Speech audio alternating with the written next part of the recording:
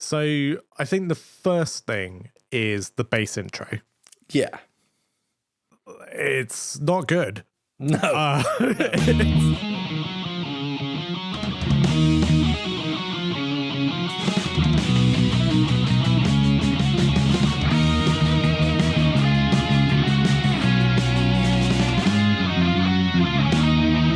Hello, and welcome to Maiden Voyages, a podcast where we have adamantly committed to raking over the coals of every Iron Maiden album in existence. Amongst those coals is the album we're covering this week, The X Factor, Iron Maiden's 95 album featuring new singer Bayley. Joining me on this musical voyage is... A Bledd and a historian of sorts. I did my full name then. I usually do Bledd. Yeah. Shock. Very reveal. formal. If you've tuned in this long, you get my full name. Well, the first name. You don't get to learn my surname. That's That's a security risk. That's strictly off limits. Yeah. I enjoyed your... I'm an historian of sorts, by the way, as you presumably know by now. But I enjoyed your coal... And I thought we could get like the bonfire of discography. We're raking through the embers, adding a bit of kindling. Yeah, the fireworks are over, folks. Yeah. I'm Sam, a music journalist of sorts, just to round out the intros. And as usual, I bloody love Iron Maiden, I do. He likes Maiden. I would say I love Maiden, just not as much as you. Like, on a relative scale, I rank everything lower than you do. Yeah. So. I mean, Maiden's a lifestyle choice for me, whereas it exists... For me, it's a Monday to Friday job. Yeah, it's part of a healthy ecosystem of likes you have. I have no other hobbies or interests outside of Iron Maiden. So this week we're going to go into the album itself, right? Indeed. Would you like, before we get into the album as a whole, would you like to touch upon the sonic qualities? Yeah. Because otherwise it's going to keep coming up. The production of this album is not great. Produced by Steve Harris and Nigel Green, as we established last episode. Indeed. And I think the thing that really bothers me about this album is it's so thin sounding. Like, I've been listening primarily to the remastered version, so theoretically it presented in its best guise, remastered for modern sensibilities. But all the guitars are both so thin and so muddy at the same time. Like, there's no clarity to the mix, and there's no depth or punch to anything. Even the bass sounds a bit thin, which... Albeit at times comically high in the mix. Yeah, albeit very prominent, it sounds thin. A lot of this material would just benefit so much from a punchier mix. And also... it would lift a lot of this stuff. We are talking about an album that came out in 1995, right? Yeah. So we're talking about the era of Fear It's Factory, a post-Black Album Machine Head, proper, crunchy, meaty metal. And these comparisons will come up, but... You know, Judas Priest are an interesting comparison because they similarly lose their classic singer. They have a rough 90s, but the production values of those albums are good. They sound like modern metal records. This does not sound like a modern by the standard of 1988 metal record, let alone 1995. Yeah, and even if you think that, I guess a lot of the bands you mentioned are sort of, other than Priest, are sort of leaning towards a more industrial metal sound. So it's a different which was sort the of vogue, density. Like, even if you compare it to, I don't know, something like Dirt by Alice in Chains a couple of years earlier, which is very organic sounding, it still sounds like a brick wall of guitars. Or even compare it to some of Maiden's, I guess, genre-wise more comparable. I'm pretty sure Land of the Free by Gamma Ray comes out in 95. Oh, what an album. Which has got... What an absolute... it still sounds... stellar album. Yeah, of course, but it's a much better production. 100%. The guitar tone in this album, like a lot of people of my vintage, like if you learned to play the guitar in the late 90s into the early 2000s, there's a good chance your first guitar was a Squier Strat with a 10 watt Squier amp combo. And it sounds like they've recorded this album through 10 watt amps with just these kind of thin... I think that's unfair. I think a Squier combo amp would have more clarity. Yeah, it would have a bit more clarity. The riffs than this does. I don't know what is going on with this guitar tone and why no one... It feels like, guitar-wise, they took the blueprint laid out by No Prayer for the Dying and use that as their template. Yeah, but at least the guitars are a bit scratchier and kind of have a bit more bite to them. It sounds so flat and one-dimensional, this production. Yeah, so musically, it's a really flat production. And then we touched on this previously in the last episode, but I think the production on approach to Blazer's voice is really unfair and really presents his voice in possibly the worst way they could. Yeah. Like you mentioned, there's clearly been a deliberate decision not to put any delay, not to put any touches of reverb, not to do much overdubbing, if any, on Blazer's voice. And as a result, you get what generously you could describe as a raw and real vocal track, but in practice just sounds really weak. Yeah. I mean, it's really upsetting because it's a really weak sounding vocal track when you compare it to these already weak sounding guitars.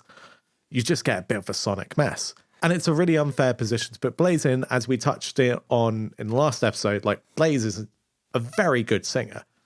Like, you listen to those Wolfsbane records, and this is a guy with a really strong, low tone voice with a lot of power behind it, a lot of force and a lot of personality. And a lot of that does not come across in the X Factor.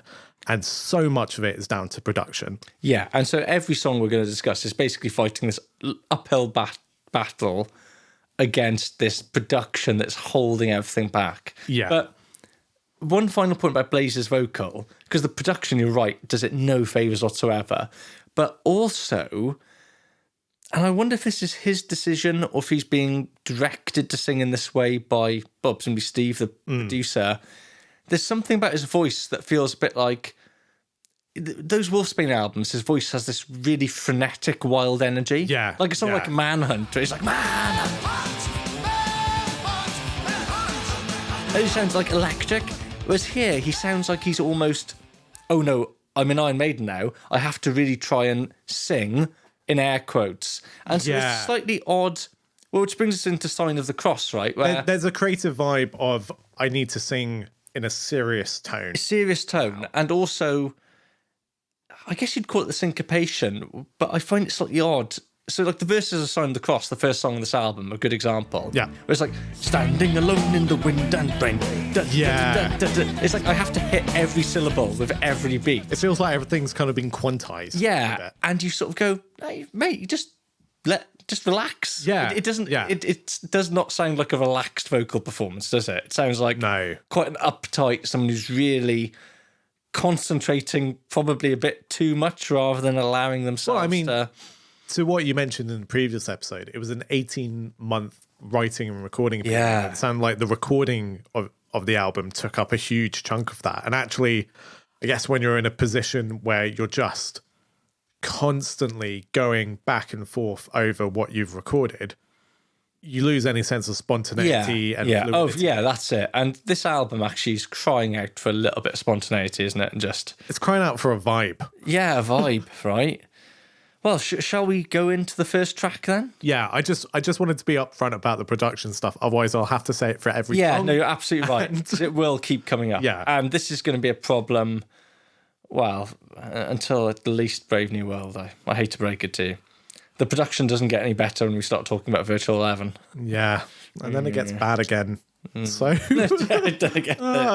anyway. Tails off. Let's go into the songs. So, yeah, track 1, Sign of the Cross, 11 minutes. Track 1. Yeah.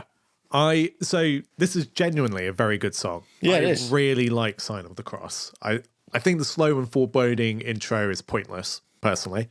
But when the song gets going, it's a really good example of the potential this album has. Like, it is this version of Iron Maiden firing on all cylinders. It's dark, it's brooding. Blaze sounds really strong on it. There is actually a vibe to it. You've got some like Gregorian chanting and stuff going on. The power behind the chorus is really, really good. There's a really good hook there.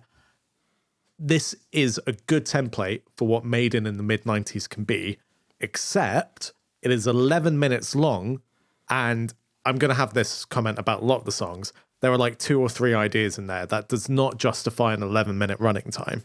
But yeah, of the song, there are plenty of songs this album I think are far too long. Yeah. This is one that actually, it doesn't actually feel 11 minutes long to me, Son of the Cross. No, I think it does. This one kind of flows take me on a better journey. than some of the longer songs. Yeah. But there's almost an arrogance to this song being 11 minutes long, in the sense that it's kind of like, yeah, we can write long songs, no problem. We're great at that.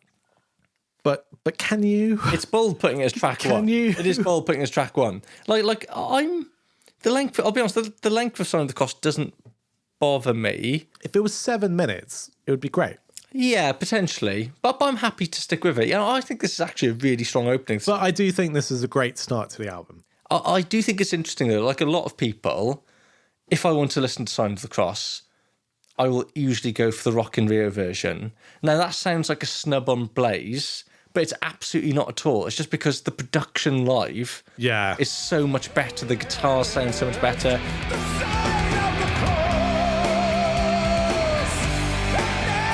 You know, I don't think Bruce... It's a different vocal performance, but it's not necessarily better. That's not why...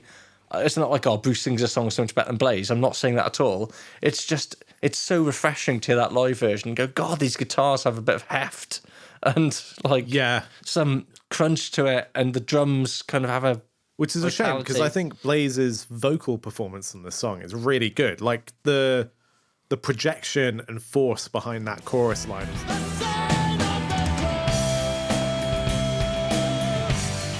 It's great. Yeah. Also worth noting that this is basically the blueprint for the rest of Maiden's career from this point on, right? Yeah. And that's not often remarked upon enough, because people see the Blaze albums, I think, oh, this is this weird deviation. Then Bruce came back and everything was back in course. It's like, no. Absolutely not. I mean, we touched on it a bit with Fear of the Dark, and I think even with No Prayer for the Dying, there's a couple of songs where it feels like this is what Maiden becomes from the mid-90s onwards. And that never changes. And yeah, this song would not be out of place on Dance of Death onwards. Final Frontier. Yeah. I mean, if it was on Senjutsu, it'd be 20 minutes long. The best song on there by a country mile. Yeah. Ooh. Couldn't resist it. Couldn't resist just a little... Nope, sir. No. So, despite... We can't keep talking about the production. Despite those initial caveats, a strong start. Definitely a strong start. Going to track 2, Lord of the Flies. I think the strong start continues. Yeah. I really like Lord of the Flies. I really love the guitar intro. The I don't even know how they make that sound. Is it finger picking? It sounds like finger picking. It does sound like finger picking. Yeah, it's a trick AC/DC used a lot as well. Like harmonic finger picking or something. Yeah. But yeah, there's some properly great hooks in Lord of the Flies. There's a really good chorus to it. But it also, I think this song reveals, and this isn't strictly a production problem, so I'm going to bring it up, but it reveals a problem that plagues X Factor throughout, which is basically Blaze's voice starts going flat at certain points. And part of that is production stuff. Like by the sounds of how it was produced, it sounds like it wasn't a flattering environment for Blaze. Yeah. But when it goes to lines in the pre-chorus, like I like all the mixed emotions and anger, I get you. It sounds like Blaze is going slightly out of key. Yeah. And like it still works. It works absolutely fine, but it's clear that, and I think this is something that crops up throughout the album and definitely crops up throughout Maiden's touring cycle for this album. But the melodies written don't fit Blaze's vocal range. And so he kind of wavers in and out of it. And this is a technically very capable singer, but it's not his style. And yeah, so whilst it just about works on Lord of the Flies, it feels like the beginning, it's like a crack that starts to show. Yeah, more the as rest the of the album goes on. Lyrically interesting as well. Steve Harris going back to his O-level English literature for... Yeah, look, we all studied Lord of the Flies, right? You know, weirdly, it's not that deep. No, kids lost on an island become horrible. I read it after I left school, but yes, pretty, very much in keeping with his Rhyme of the Ancient Mariner and other books he had to study at school. Going to track 3, we'll get to both of these songs released as singles, by the way. But track 3, Man on the Edge, the only song that Steve Harris doesn't have a hand in. This is a Gers Bayley composition. What do you make of it? I unironically love this song. Great. I think the energy is really strong. We were talking a bit about like Blaze's sort of wild man energy vocally. I think this is the only song that really captures that on any level. Yeah. Is like it has that frenetic intensity to it. Lots of good hooks, really catchy, genuinely a highlight. Only thing that really lets us down is its production. And I just... Call me old-fashioned, Sam. I don't think the word lunchbox belongs in a heavy metal song. Well, yeah, so my other notes were, I think the lyrics are slightly hilarious. Yeah. And it's really interesting when you think about Iron Maiden songs and their inspirations. Like you just touched on Lord of the Flies being based off the book. There's lots of Maiden songs where it's based off a film like Aces High and the chorus literally just sings the film title. Yeah. This is based off the 1993 film starring Michael Douglas called Falling Down. Yeah. And the chorus of the song is literally falling down. And there's something just really hilarious about that to me. And there's nothing that really makes it different than something like Aces High. But something about it being an early 90s I think Where Eagles Dare is the one, isn't it? Yeah. Or Where Eagles Dare. Yeah. Something about it being a 90s film just makes it funny. It's like they had a song called Jurassic Park. Yeah. Or Jurassic Park. Like Terminator 2, Terminator 2, Judgment Day. Like, there's just something a bit silly about it. And yeah, like, it's so the mentioning of the lunchbox lunchbox is bizarre. I actually watched the film earlier this week in prep for this episode. Because, you know, Michael Douglas is great. I'll watch most things. And he's married to Catherine Zeta-Jones. Sure. Lucky man. But yeah, it's not aged brilliantly, but it's quite an interesting film. It's basically about a middle-aged man down on his luck who goes on a rampage throughout LA, and shenanigans ensue. It's bleakly funny at points, but it's also, watching a lot of it feels like, this is like the blueprint for the alt-right. So okay. Interesting. It's an interesting film, very much of its time. And produced a gem of a Maiden track. Yes. Yeah. So, you know, so far, it's kind 3 for 3. Yeah. Mostly. And then we get to track 4, Fortunes of War. Which, I'll be honest, this begins a 3-track run of 3 of the most disappointing, boring, plodding Maiden songs. I agree with most of that. But, well, let's park that. Let's just focus on Fortunes of War, right? Yeah. Jig. I mean, it's just... This album hits this quite formulaic pattern of just this mid-paced, clean intro, just a real lack of riffs, weirdly, for Maiden record. Yeah. Virtually no guitar riffs. Everything's just a clean intro, and then just like palm-muted dun-dun-dun, or dun-dun-dun-dun-dun, dun-dun-dun-dun. There's like 3 rhythmic ideas that the guitars do. Yeah, absolutely. That just, it goes in and out of those. And again, all these songs are about 7 minutes or something long, and they in no way justify that run length. And it's just genuinely dull. Like, it's just really, really dull, as far as I can tell. Like, it's... No, I'm 100% with you. It's not a good time. The song just feels like it spends its whole time trying to find its feet. Yeah. And failing miserably and tripping over its own feet. It plods along. There's nothing particularly memorable about it. So the only thing that's memorable about this song to me is this guitar lead, but not for the right reasons.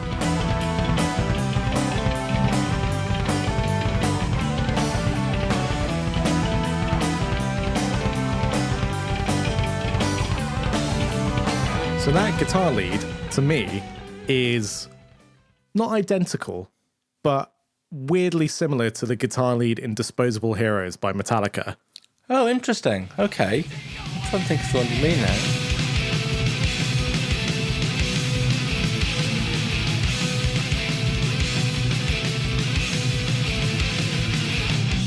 Yeah, I see where you're coming from. They're very similar guitar parts, ending in that... Yeah, they are quite similar. And I don't know, like, no one else might agree. I just kept on finding I was hearing the Disposable Heroes guitar lead every time I listened to this album, and I couldn't figure out why. But one is much better than the other. Yeah.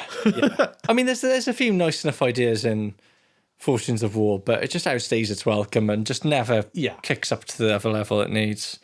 But then you get to Look for the Truth. Now, to me, this is where we are.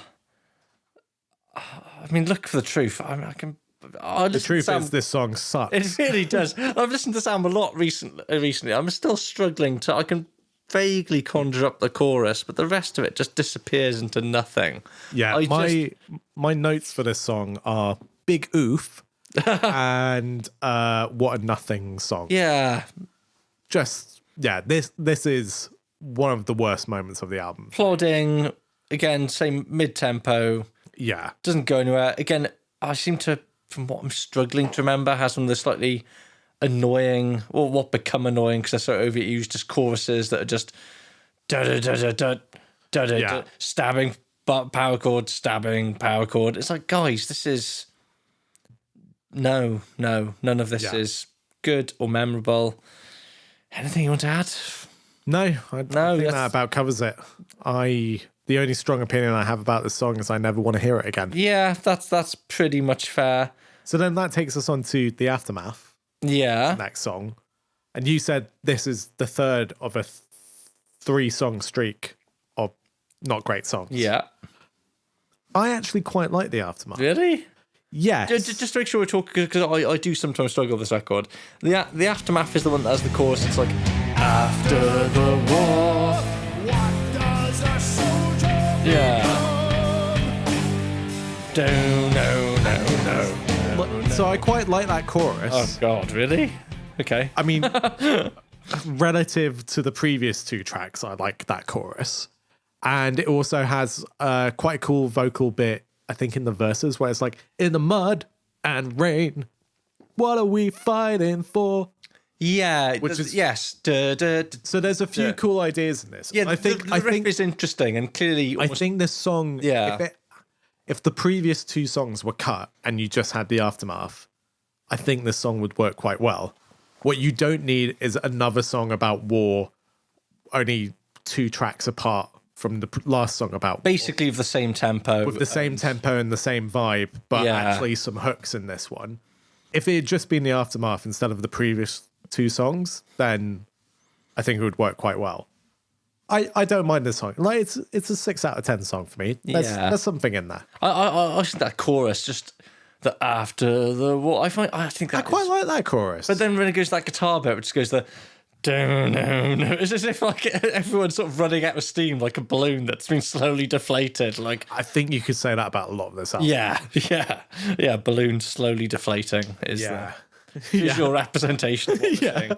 And then we get to track 7. Judgment of Heaven, which I'm not sure if I like it. I'm not sure I'm going that far, but it's different.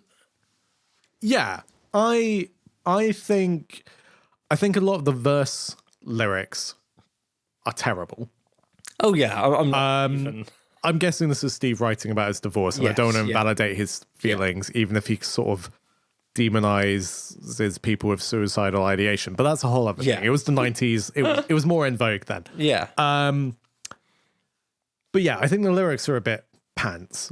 But I do think, personally, this is one of my favorite tracks on the album. Yeah, I don't blame you for having that opinion. Like the really delicate guitars and hi-hats that open it, and like that sort of hushed voice Blaze is doing is quite interesting.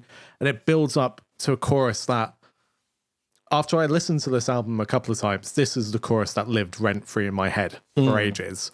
I just think it's such a strong chorus. I think Blaze sounds really good in the chorus. I think he sounds flat in the verses throughout, particularly the quiet opening one. And I think there's a weird thing that happens a couple of times that sounds awful. But the chorus is so good.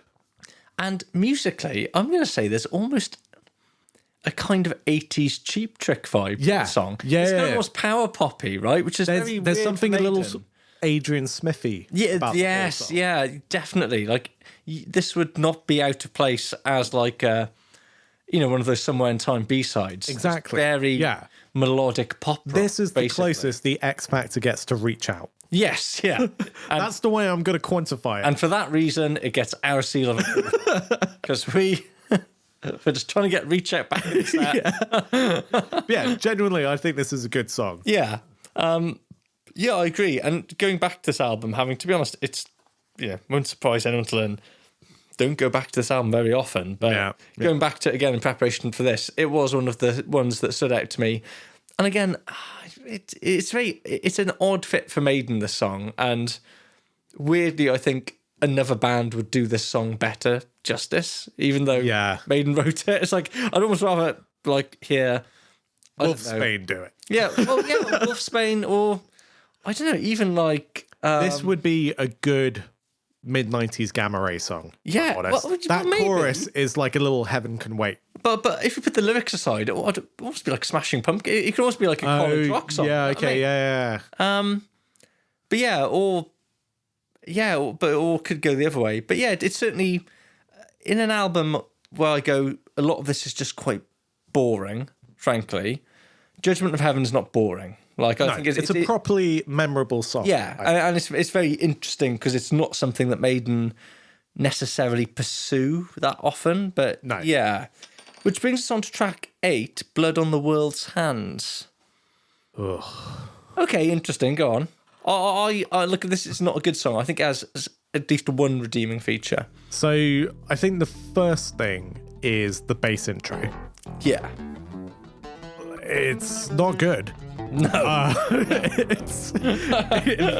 It's just really uninteresting and sort of self-indulgent bass solo to kick off the song. And to be fair to Steve Harris, watching the X Factor EPK thing, it sounds like it wasn't his idea to have a bass solo. It sounds like the rest of the band really encouraged him to try out a bass solo. Oh, please, Steve. And to put it on record. Please do a bass solo. Oh, please, Steve, please. We just love listening to you play bass all the time. I just think it's such an awful start to the song.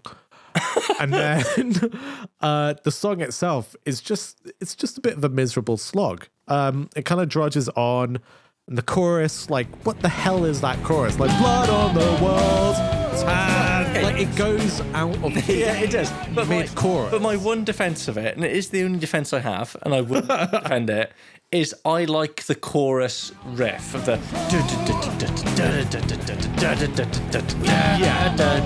that reminds me of stuff like Bass in the Sand on Dance of Death. Yeah. It's that kind of chunky and chunky rhythm. Yeah. Yeah, but that's all I've got to say about it, really. Yeah. I quite like that riff, and the rest of it is just... It's not a good song. It just evaporates into thin air for me. Yeah, I really, really dislike this song. It's gone. So track 9, we get to The Edge of Darkness, which I presume must be inspired by Apocalypse Now. And it is very specifically written about Apocalypse Now. I mean, it's not a subtle influence, really. Yeah, no, lyrically it's just about Apocalypse Now. I think the only redeeming thing about this snooze fest is unfortunately it has one of Blazer's best performances on the album. I think he sounds great on it. It's just a shame the song is not up to par. I'm really struggling to remember how it goes now. And that's a big problem about the X Factor. Is that until I wrote these notes, I'd listened to the album maybe 5-6 times, and then I wrote my notes about each song. And every time I put the song title down, it's like, oh, that's that song? Yeah. Oh, okay. And then when I see the song title and try to conjure up the song in my mind's ear, I got nothing. I honestly think the most memorable thing about the song is the sound effect of the helicopter and the sort of Apocalypse Now kind of little sound bites they use. So then that takes us on to 2 a.m. Oh, dear. I mean... Again, you've already raised this point. It feels really horrible slating someone for lyrics when they're going through... They're trying to kind of reveal themselves in an emotional sense rather than a physical sense. Yeah. But try to sort of, bare his soul then whilst going through this emotional turmoil that undoubtedly he was going through. But that chorus just makes me go, oh, no. That's interesting. What do you like 2 a.m.? Yeah. Oh, Sam. But it's interesting. Looking at my 2 a.m. notes, is awful. I've said I really like the chorus, but I can't for the Here life of I me. am again. Oh, yeah. Here I am again. That's not good. Yeah, no, I quite like that. I think that's all right. I'm Here I Am Again of 2 a.m. Yeah. Does he say 2 a.m. in it? I think it says, I think in the start, it's like I'm sitting here at it's 2 a.m. There is something. Might Yeah, have to look okay. that up. I mean, lyrically, I think it's dross. And yeah, Steve is clearly going through something. So, don't want to cast aspersions on that. But I just don't think it translated well into Iron Maiden lyrics. Yeah. But I mean, the verses are like sort of nothing in this song. But I quite like the guitars because they have that like early to mid 90s guitar tone of a thrash band trying to do a ballad. So, like you said, like Testament doing the Legacy, or Euthanasia's various ballads like A Tout Le Monde and stuff.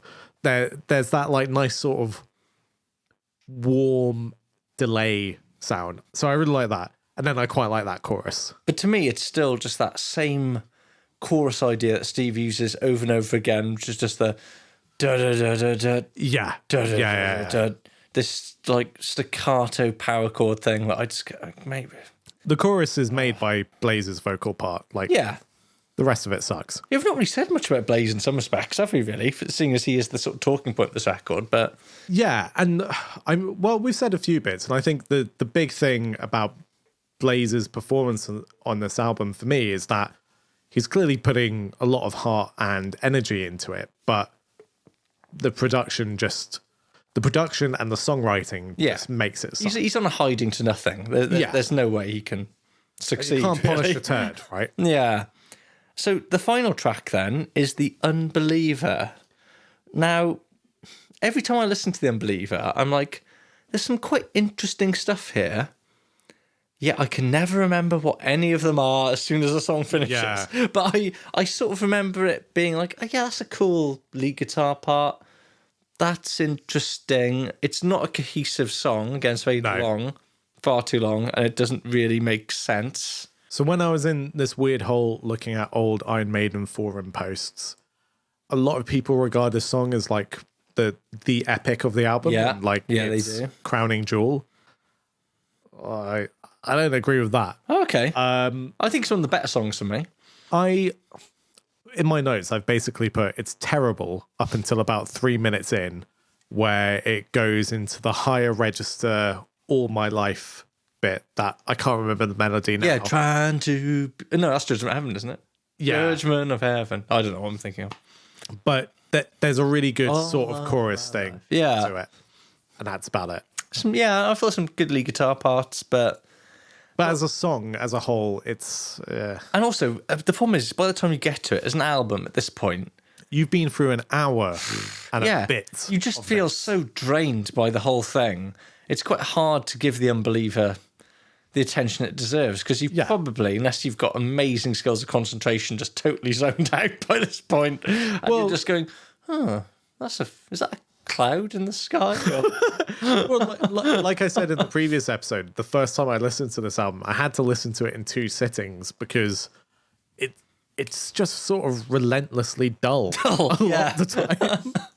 Yeah, relentlessly dull. And like, in order to give it your full attention, you have to take a break. Yeah, and you have to properly, refocus. It's like mindfulness. My mind just... Mindfulness, if you wanted to damage your mental health. Yes, I have to sort of recenter myself on this record because my mind will just start going anywhere more interesting. Just other Iron Maiden records. Yeah, all of a sudden I'm just like conjuring up live after death footage. I'm like, no, it's blood on the world's hands. You've got to listen to it. Yeah. Sorry, I just keep thinking about Bruce's tight trousers and. But well, there we go. We made it. Yeah, I mean, we also didn't touch on this from an album perspective, but it's far too long of an album. Oh yeah, you could cut at least 4 songs from this, and it wouldn't surprise anyone. And it would probably make it a lot better relatively. The second Iron Maiden album of, I guess, the CD generation proper, and their longest album ever at this point. Incredibly, we have 11 songs of this album. They actually wrote 14.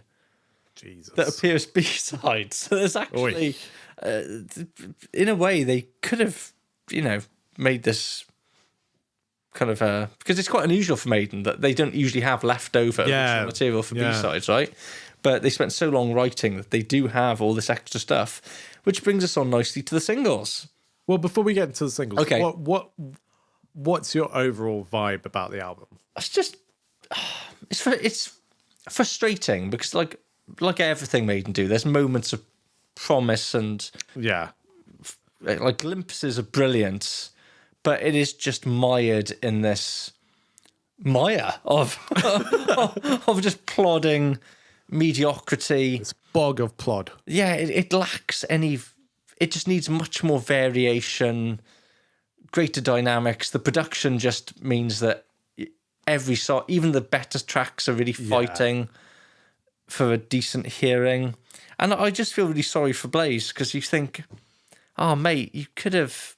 Your voice could have really brought something to Maiden. Yeah, absolutely. But it feels like no one really thought about your voice, like you said, when they were writing this material.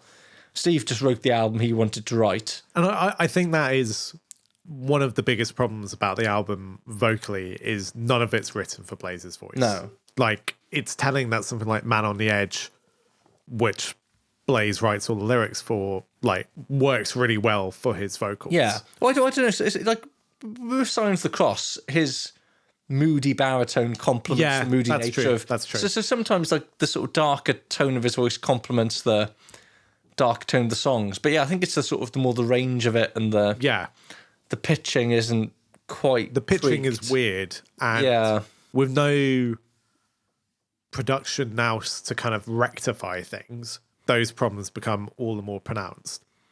I think there's genuinely a good album buried in here. Yeah, Like, I'd agree with that. If you cut a lot of the songs, if you cut all the songs, no, if you cut like, I don't know, maybe 4 songs and then trimmed some of the others, you would have a really powerful 40 minutes of music. And just got anyone else to produce it. Yeah, like literally anyone. Just anyone to produce and mix it. Get Nickel McBrain to produce this record. It would probably be better. It's an album of untapped potential. Yeah. It could have been a real third coming for Iron Maiden. Well, we will get to the reception of this album, and we'll park how some Maiden fans perceive this album, because some Maiden fans genuinely think this is like a totally underappreciated classic. Some Maiden fans are really desperate for more Maiden. Hold that thought. So, the singles from this album, first of all, we get Man on the Edge, which... Is that the lead-off single, then? Is indeed the lead-off single, yeah. It's a good song. It is a good song. It's just released before the album, 25th of September. It's not a good video, but it's a good song. No, it's not. I mean, there's a little bit more effort than some Maiden videos. Yeah, but it is just... Here's a black and white performance clip of the band interspersed with some very 90s digitized cinematography. It is very 90s, Which, for legal reasons cannot be referenced as the film Falling Down. No. but is very clearly inspired by Falling Down. Plus. We get some B-sides as well. So the B-sides are basically the 3 original compositions left over from the X Factor sessions on different formats. I really, considering what we've just said about the album itself, I really worry about what's left on the cutting room floor. Well, you know what, right? In terms of quality. There's 3 songs: Judgment Day, Justice of the Peace, and I Live My Way. Justice of the Peace? Yeah, Justice of the Peace, which I think should have been on the album. And I Live My Way. I can't actually, I'm not even sure if I've listened to I Live My Way. Okay. Anyway, Justice of the Peace should have been on the album. Yeah, I think so. It's like a real up-tempo rocker of a song. Okay. Which, slightly daft lyrics aside, I think would really break... It gives a bit of injection of pace. Yeah, I think... It's a very traditional Maiden track in some respects, but... One of the difficult things about the X Factor is there's no... Other than Man on the Edge, there's no, upbeat... Yeah, just the Peace has a sense of oomph about it. Yeah, I think Just the Peace is actually quite a good song. Oh, I'll have to check it out. Yeah, it's and I think it's an odd choice. I mean, the chorus is just waiting for justice of the peace. Okay, I'm gonna have to check this out live. Yeah, do it. Waiting for justice, waiting for justice of the peace. Waiting for justice. Okay, so having had a quick listen, I agree that would definitely inject some much needed energy into the album. It is also maybe the closest thing Maiden do to Wolfsbane. Like, Yeah, it is. It's got a little bit of that sort of frenetic vibe to it. I believe Dave Murray has a writing credit on that song as well, Yeah. which he doesn't on anything else. None of his songs get onto the X Factor. Really? Yeah, that's not necessarily that unusual. No, I mean, he's written, what, like 5 songs? Yeah, but he does have a. Yeah, I think the album would benefit from a bit of Justice of the Peace. Yeah, I think that's fair. But anyway, Man on the Edge peaks at number 10, Okay. which is all right. It's not It's not quite, great. No, well, not up to Maiden's usual standards. The only other point of note about Man on the Edge is it marks Maiden's first return to Top of the Pops since Running Free. Wow. Yeah. So they go on Top of the Pops with Blaze. Yeah. I believe it's Blaze's first performance. So the first gig is the Jerusalem gig, but his Yeah. first performance for the band is on Top of the Pops. And this will be lip synced at this point, right? Well, his vocals are live, but the band are miming. Okay. So the band are miming, but his vocal is live. So Steve, having been really annoyed about the whole women in uniform running free, It's kind of just accepted vocal, it now. yeah, it's just kind of gone, well, It's go the on. 90s. It's the 90s. You know, we need the publicity. Let's do it. And You do need the publicity, Steve. yeah, they really do. I'd love to see who they were on with, though. Like Blaze I'm Maiden. sure we can find that We out. can probably find that out. So yeah, we're looking for the UK singles. Well, UK Top of the Pops, 1995. Okay, so on the same episode of Top of the Pops, there's Louise Redknapp. Okay. There's Pulp. The daughter of Harry Redknapp, the England manager. I don't think they're necessarily related. Aren't She they? was known artistically just as Louise. She was really big in the 90s. Oh right, that name means nothing to me. In all Okay, honesty. well, anyway, there was Cypress Hill Hey! and there was Pulp, Wow. along with Maiden. What? So that's and Simply Red. That sounds great. I'm in. I just really want to know what are like. And Nick Cave and the Bad Seeds Wow. and Kylie Minogue. I want to see this episode. This sounds great. What are Mick Hucknall, Jarvis Cocker, and Steve Harris talking about? That's what I would do. That is okay. Fair enough. Strong. And just to clarify, yeah, as far as I can tell, Louise Redknapp's father was a builder and her mother worked at Gatwick Airport. No relationship to Harry. Did she marry Harry Redknapp? Did she marry Harry Redknapp? Now, let's just... Because, you know, we need some closure on this. Personal life. She married football player Jamie Redknapp. Ah. Okay. Now, Jamie Redknapp... This is... we might just edit all this out. For anyone listening at home, which So- presumably sorry. is anyone listening full stop, neither of us knows a thing about football. So this is both of us cosplaying as blokes. Jamie Redknapp, right? His God. father is Harry Redknapp. Right, So okay. we got that. Okay. Okay. So Louise Redknapp is married to Harry Redknapp's Right, son. but Louise Redknapp was a very famous 90s UK pop star. She sang in the group Eternal, Okay. which was like R&B pop. And yeah, she was a big deal back Good then. to know. Anyway. One more single, which so Lord of the Flies is released as a single. Comes Weird out. single choice. Well, what else would you choose? Judgment of Heaven, maybe. Is that too long? Yeah. Single edit, maybe? Well, every song on this album is at least 5.5 minutes, right? Yeah, but I think Judgment of Heaven's even longer than that. But yeah, so Lord of the Flies, it sort of makes sense to me. So, Yeah, I mean, it's a catchy chorus. 1996. I can't find any chart information about the single though, so I'm not even sure if it. It's the implication they didn't chart. Well, it presumably I must have got to the top 100, but Yeah. it clearly doesn't get to the top 10 or top 20. The most interesting thing about Lord of the Flies to me are the B-sides. So covers this time. Ooh. It seems like quite a soft kind of release as a single, though. It doesn't get a lot of push. Because even the video, if I'm remembering it's correct, I think it's just like some live clips bolted together. But the B-sides To be fair, I'm surprised it didn't have clips from the 1950s film adaptation of Lord of the Flies. Yeah, It'd be very it true does. to Maiden form. But interesting B-sides in 2 covers. So Doctor by UFO, well known to Maiden fans. And I also think this is a brilliant cover. okay, I think Blaze sounds fantastic on this cover. he sounds good. I just think it suffers from the same production issues as... I think it has more rest of the punch album. than the entirety of the X Factor. It's a much, I mean, partially just by nature of the songwriting itself, it's much more lively, but I think the production is slightly different. Like I'm a big UFO fan, right? So I love UFO, and as is... Whereas I know very little about UFO. yeah, I mean, maybe that colours it a bit, I don't know. Yeah, but probably. Steve Harris is obviously a massive UFO fan as well. And it's a very faithful cover. Like, it's a good, faithful cover. The other B-side, though, this did trigger something in my mind, but I'd totally forgotten about it, is Maiden's cover of My Generation by The Who. It's better than you think it would be.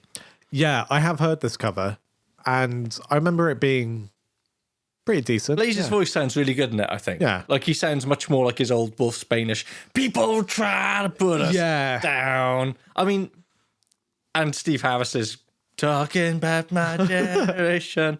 It's odd, Yeah. but I don't mind it. So, Can we talk about the Lord of the Flies single cover? Yeah, Which is go on. just the Eddie in an electric chair against an X background from a different angle. yeah. It's Pretty like, lame. It's like no one really cared much about the second single. Almost as if they thought, well, this album has not done what we hoped it would. And Yeah. we're probably contractually obliged to release a second single. No one's really going to spend too much time or effort on this. Also, just random aside, going back to Man on the Edge single, I'm doing some live fact checking currently. Apparently, it was featured in the game Carmageddon Oh, even I remember that. to make it very 90s Yeah, for everybody. I remember Carmageddon. Well, Carmageddon 2 specifically. Right, okay. Yeah, the Carmageddon, that was a big old franchise. Maybe one of the most 90s games that could exist. Yeah. I was about to say appropriate, but this isn't really a particularly 90s song, actually. It's more... No.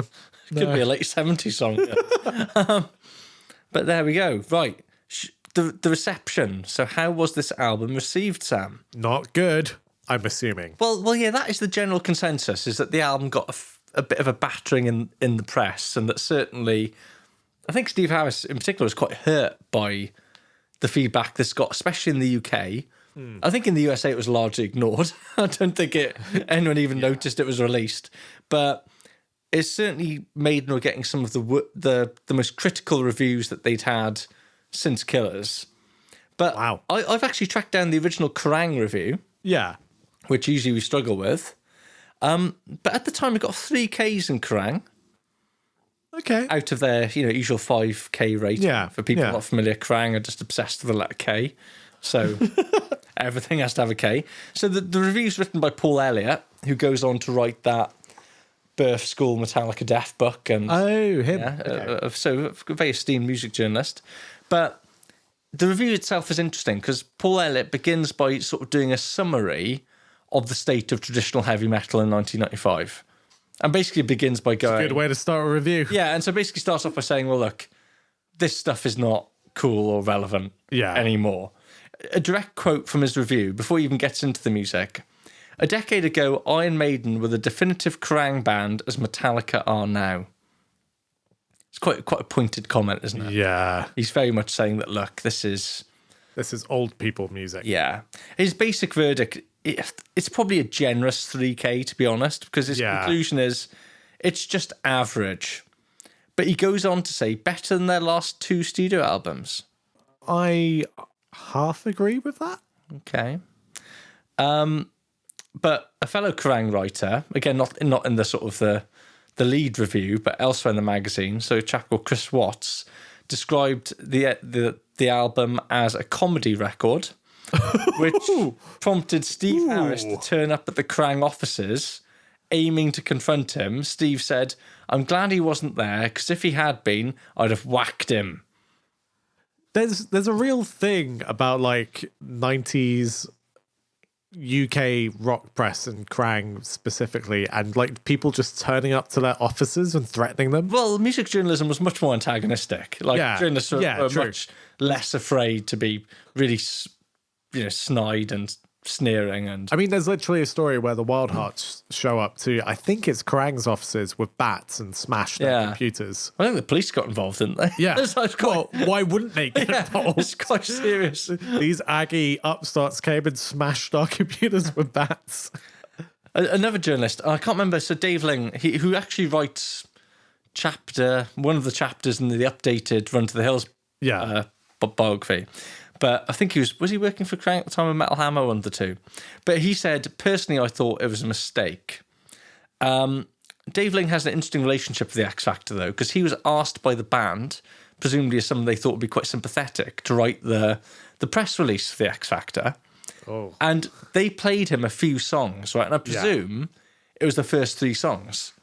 And so Dave Ling's going, well, this is actually really good. Yeah. And he writes this quite glowing, kind of press release, only to hear the rest of it and go, oh my God, this is an absolute mess. It's got to be really hard for him because he's put his name to it, presumably. Yeah. And so he does a complete 180 on it. Yeah. Steve Harris, meanwhile, has gone on record as saying, this is one of the best 3 albums we ever made. How recent is that? What? Right. Well, after the X Factor came out. Yeah, but like, if he's saying that at the time of the X Factor, Well, this is unclear. Then- I think probably the late 90s, right? But still, he's saying that. I mean, don't get me wrong, it's wrong. It's objectively a wrong quote at any time. I but don't- if he's saying it like in the promo run, No.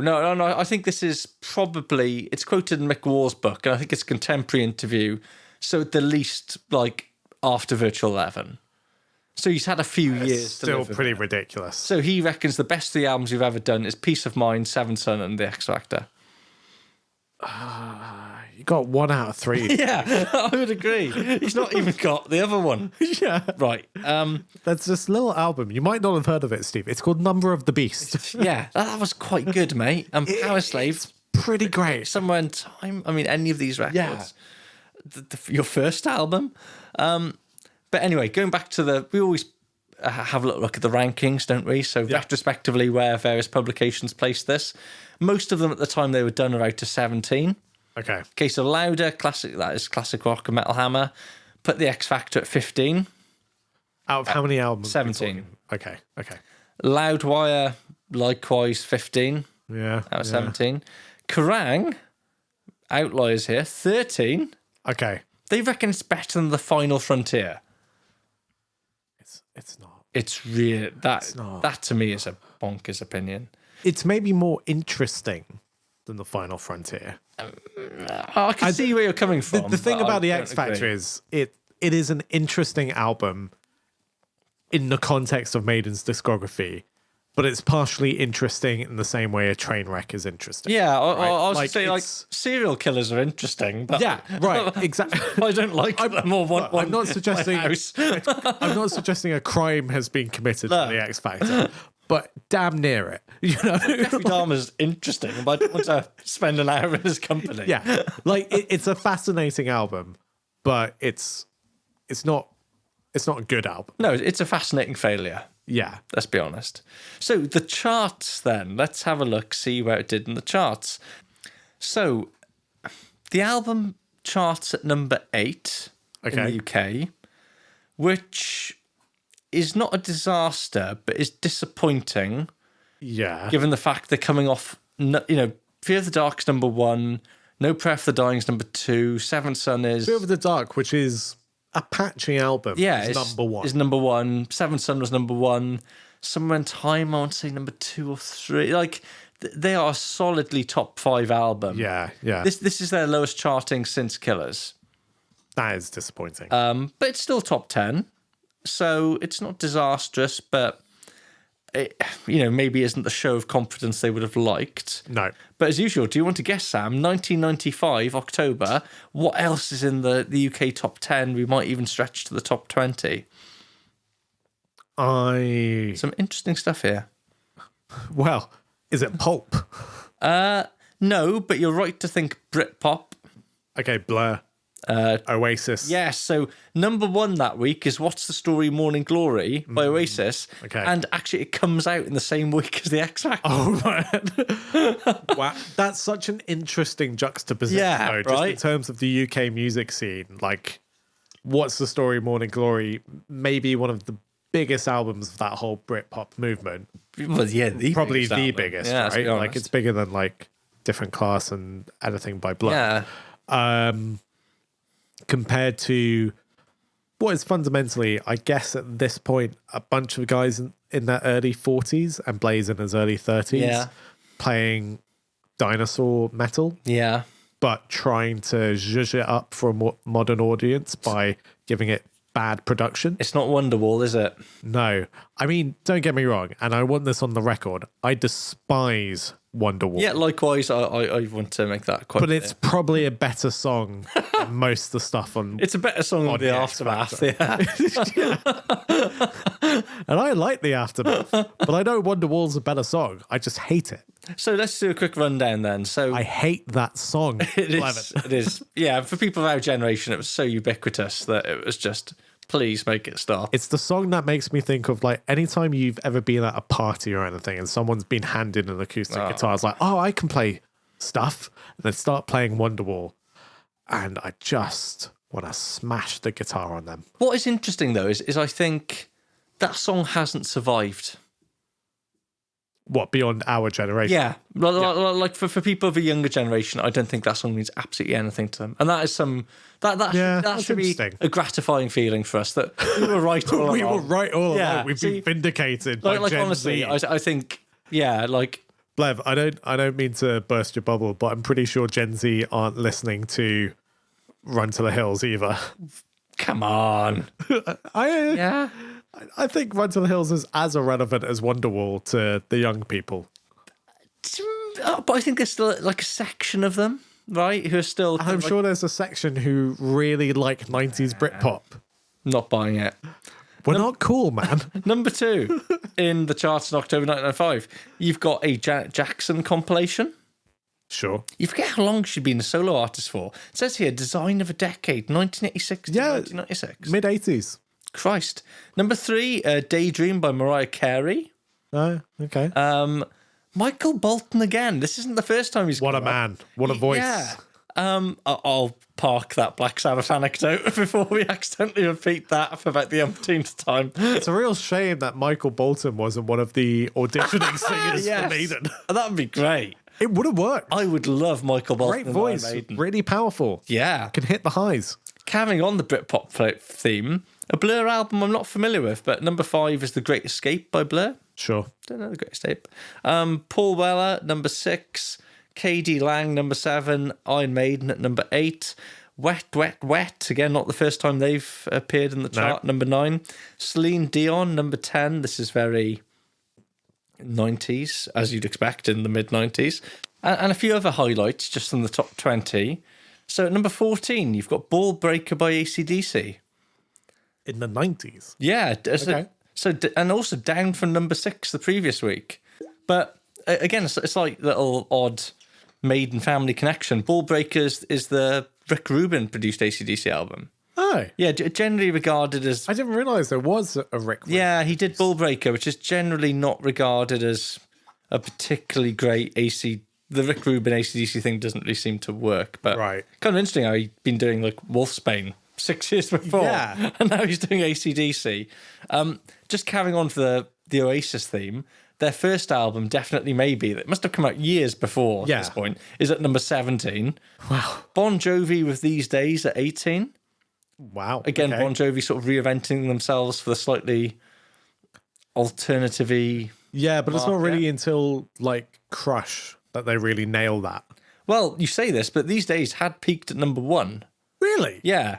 Wow, It's been okay. in the charts for 16 weeks. Okay. Well, then I stand corrected. Great title track these days. You know these days? I don't actually. I mean, it's really mawkish. Like, these days, the stars ain't out of reach. It's like proper. I'm into Bruce it. Springsteen, I am into it. John Bon Jovi. Dummy by Portishead at 20. And I'm going to stop at 21 at 22. Okay. 21, that was also released this week. So in the same week, you've got What's the Story, Morning Glory and the X Factor. At 21, you've got Surfing with the Alien by Joey Satriani. Nice. Yeah, to 21. Nice. Yeah. For like an instrumental shred guitar album. In the UK. In the UK. Yeah, that is pretty out there. And at 22, down from its peak at number 2, One Hot Minute by the Red Hot Chili Peppers. Which is interesting as the only... Is that It's the Dave Navarro album, yeah. It has Aeroplane on it. Yeah. It's an all-time banger. Yeah, absolute. And I don't care about anything else. No, it's one of my related to that favourite. album. As someone who doesn't like the Red Hot Chili Peppers, I think Aeroplane is. Yeah, I one of the best mostly things they've ever dislike done. them, but that song is incredible. Yeah. I mean, again, such. Anthony Kiedis' lyrics are just so. We talk about some dodgy lyrics on the X Factor. I mean, what is it like? You're my aeroplane. What? I like pleasure spiked with pain. Music is my music is my aeroplane. It's my aeroplane. If you Google what Red Hot Chili Peppers sound like to people who don't It's like just California. Yeah, it's just California. It's like, went for a walk, had a little talk, tripped on a stalk in California. Amazing. Accurate too. Yeah, very, very, very accurate. So, 2 segments left. Christ, this has been a... This episode is almost as much of a slog as the X Factor. Being slightly delirious. Man of the match. And then the rating and the ranking. I mean, it's got to be Blaze, right? Oh, that's nice. Yeah, let's do this together because I would also go for Blaze. He's been put in to be honest, a very unenviable position. Yeah. Replacing one of the all-time greats of heavy metal voices in Bruce Dickinson. And he's gone into it with, all the gumption and energy he can do. He puts in some really cracking performances on the album, but the album material and production just do him no favors. But I think when you see like interviews with Blaze over the last couple of years, he makes what I think is a really, really good point, is that getting hired by Iron Maiden to be their singer is literally the top job in his field. And he had it for several years. Yeah. And not many singers can claim that. No. And, I think whilst I don't think he's the right fit for Maiden on the basis of this album, and I assume on the basis of Virtual 11, I do think he was and is a really talented singer. Yeah. So I think he's the most interesting and positive aspect of this album. He is. Yeah. And the frustrating thing is he could have been a really great singer for me. Like, he has the ability. He's to do used terribly. Yeah, then that's it, right? And actually, a lot of the things that I enjoy about this album are, bits of his vocal performance, despite everything he's up against, like we've said. So, Blaze, man of the match, and also the stuff he has writing credits on, like "Man on the Edge," are some of the best songs on. records. So. It's telling that one of the songs he wrote is the enduring track from the album, right? Yeah. Like something that fits his vocal style, something that's tailored to him is the one of 2 songs that lives on from this album. Yeah, absolutely. So let's rate it. Out of 10? Positioning it within the only ranking that counts when it comes to Maiden albums. I guess I'm giving it 5.5. Ooh, interesting. Because I gave No Prayer 5, and I think this is better than No Prayer. Do you really now? Okay. If anything, I want to score No Prayer lower. Right. Can I bring down my No Prayer rating? I'm not sure we can revise. I mean, we've revised them before. Have we? But Okay. If we have, it's fine. We can arbitrarily decide not to revise. I was about to say there's no precedent for this, but if you have, there's literally a precedent for this. Fine. So I want to bring No Prayer down to like 4.5 and give this a 5. Right. Okay. because I think this is a more enjoyable well, actually, I'll just give this 5.5 Okay. because I gave No Prayer 5, I gave Fear of the Dark 6, Yeah. and I think this is in between the two. Now, I'm oscillating between a 4.5 and a 5. Interesting. Because there are some strong moments in this album, but as a whole, if I'm being honest, give me a choice of going to No Prayer. I don't rate No Prayer for the Dying, as you well know, but it's over quickly, and bits of it. I get that this is probably a more interesting album than No Prayer for the Dying, but which one would I rather have to listen to? I would rather listen to No Prayer. That's fair, but let's call a spade here. Like, I will probably never listen to either of these albums in full ever again. Okay. Now that I don't need to. Yeah. But I think I will revisit more songs on the X Factor than I will on No Prayer. I think it's such a weird one, this, because there are times I go back to X Factor and go, oh, actually, there's some stuff here. And there's other times I go, this is so tediously dull. Yeah. I have no desire to listen to the whole album again. But there's 4 or 5 songs in there that I think are great. And spoiler, this is the X Factor for me is probably my least favourite Maiden album. Interesting. I don't know what my least favourite is yet. Well, you I haven't heard them all. No, whereas I have, and I've spent quite a lot of time with all of them. Yeah, I'm going to go 4.5. 4.5. Okay. Yeah, I'm, which feels quite mean. That is your lowest score yet. Well, yeah, that doesn't surprise me. Yeah, no, that makes sense. I just said this is probably my least favourite Maiden album. So that's the X Factor. Yeah, it's... You know what? Going into the X Factor, I was really... Just because of all the narrative around it and the way it's talked about, I was expecting, like, a proper mess of an album. Like, something really catastrophically bad. And not that this is any real praise, but I was pleasantly surprised that actually, you know what, there's some interesting stuff here. There's some good ideas buried amongst a lot of terrible stuff, but it's not as awful as I was led to believe. But there is a reason why it's not featured in the canon very much either. And if you're waiting for an album that you're going, why does everyone think this is so awful? And the good news is next time we meet, we'll be, or in a podcast capacity at least, we will be discussing Virtual 11. Yeah, I literally know Future Real, and that's it. You know the Klansman. Okay. Yeah, not well, though. Okay, interesting. Heard it at points. Okay. I'm going to tell you how it goes. You mean you don't know Lightning Strikes Twice? I think you made me listen to that when I was like 16. And Como Estos Amigos? I didn't go back to it again. Maiden's only song with a Spanish title? The fact they have any songs with a Spanish title is pretty surprising. The Angel and the Gambler, a single? I know the title. Yeah.